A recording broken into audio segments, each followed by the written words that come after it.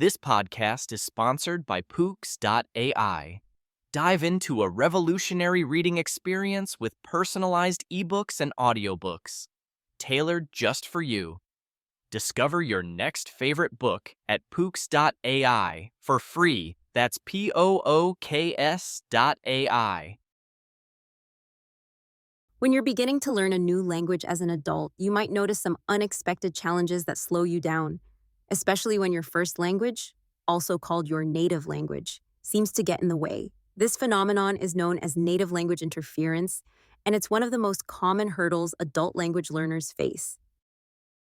Discover inspiring educational community practice examples that enhance learning through collaboration, personalization, and AI-powered tools like Pooks.ai. Examples of educational community practices that actually work. I've been thinking a lot about how learning today isn't just about the traditional classroom setup anymore. There's this whole vibe of community-driven education that's really reshaping how people engage with knowledge. So, picture this. Instead of just sitting in rows of desks, students, teachers, and even parents become part of a learning ecosystem that supports everyone's growth. And honestly, some of these community practices are pretty inspiring. I wanted to share a few examples that show education's future and how it's all really about connection and personalization.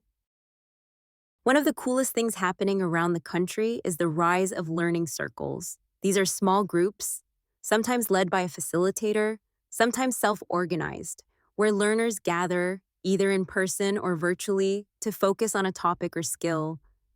What's special about learning circles is that everyone contributes, everyone shares, and the pace adjusts to the group's needs.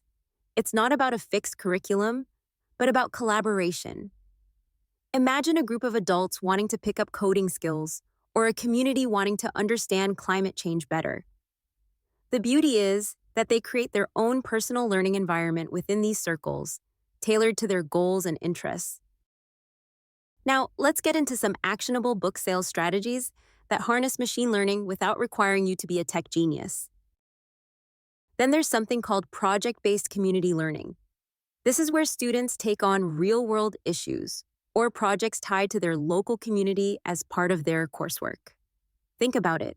Instead of just reading about environmental issues in a textbook, students might work with local organizations to help clean a park or partner with a library to organize an event. This practice not only boosts engagement, but also gives students a sense of purpose. They see firsthand how their education connects to the world around them. And these kinds of projects often invite contributions from families and local experts, making it a genuine community effort.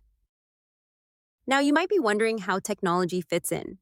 Here's where modern personalized education trends come into play.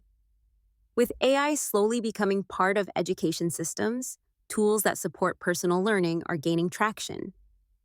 Instead of a one-size-fits-all method, AI-powered platforms can adapt lessons based on each student's pace and interests. This is often referred to as AI personalized learning. What's neat is that AI doesn't replace community learning, but enhances it. For example, students in a learning circle might use an AI tutor as a supplemental resource to get extra help when needed, making the whole experience more dynamic and individualized. On that note, I recently came across Pooks.ai, which is a tool designed to help learners create personalized books based on their interests, learning styles, or goals. It's a prime example of how technology can empower personal learning environments and support community learning by providing resources that fit each person's unique needs. If you've ever wanted to create your own study guide or an educational resource that really speaks to you, create your personalized book now for free. It's simple, engaging, and tailored just for you. Lastly, let's not forget the role that parents and community centers play in all this.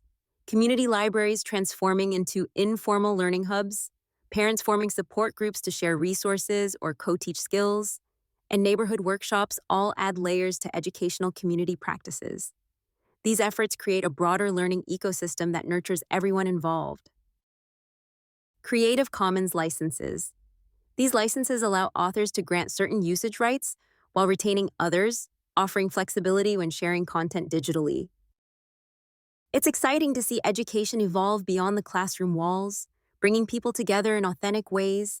And honestly, it gives me hope for the future, where learning feels less like a chore and more like a shared journey.